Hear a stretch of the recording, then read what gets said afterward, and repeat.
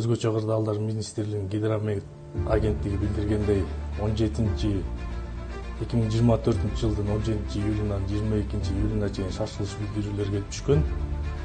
Анын негизинде Балык шаарынын жарандык коргоонун башчысы мэр тарабынан атайын тескеме чыгарылып, шаардык жарандык коргонуу кызматтары күчөтүлгөн тартипте иш алып барууда.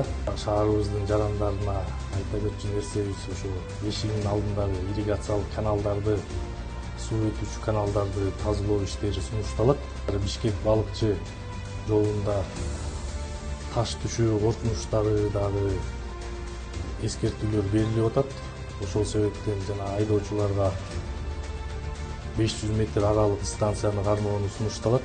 Жарандык коргоонуу күч каражаттары даярдыкка келтирилип, иш алып барылууда. Ошо шашылыш билдирүүнүн негизинде бир жаан чачын, сел, эметтерди болсо арык каналдардан жээктеринде, суулардын, дарыялардын жээктеринде эс албоону сунуштайбыз. Ушундай коопсуз атайын белгиленген жерлерге эле эс алуу жагын сунуштайбыз. Мисалы айта кетсек, атайын пляждар бар. Бизге тиешелүү муниципалдык толкун, Севил, ошол жактарга эле эс алуу жагы сунушталат. Баягы шаар бийлик өкүлдөрү кооптуу деген участокторго эс албоо жагы сунушталат. Балык шаарына бул административ территориалдык реформанын негизинде Көкмойнок айыл өкмөтү бизге кошулган. Ошонун негизинде жергиликтүү бийлик тарабы менен өзгөчө кырдаалдар министрлиги менен биргеликте ошо сел өтүүчү каналдар, сугат каналдар быйыл жаз жай айларында тазаланды. Айта кетсек, Көкмойнок биринчи айында 1 километрге жакын сел өтүүчү канал, ал 2 эмени өнөт.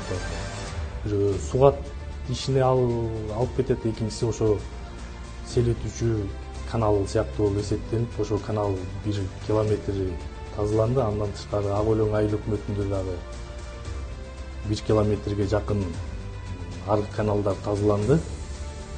Ал финансы жагы, ГСМ жагы ушул жергиликтүү бийлик мэрия тарабынан бөлүнүп берилип, инженердик техникалар бөлүнүп берип, ошолордун күч каражаттары менен жергиликтүү бийликтин муниципалдык службалар менен иш алып барылып тазаланды. Бизде жаан чачын болгондо путепровод деп балыкчынын чыга беришинде посттун ичи толуп калып аткан. Аякта болсо тазалык ишканасы тарабынан тазалоо иштери жүргүзүлүп, путепроводдун жана каналдардын ичин баары тазаланган. Бүгүнкү күндө ал жер азыр коопсуз деп эсептелип жатат.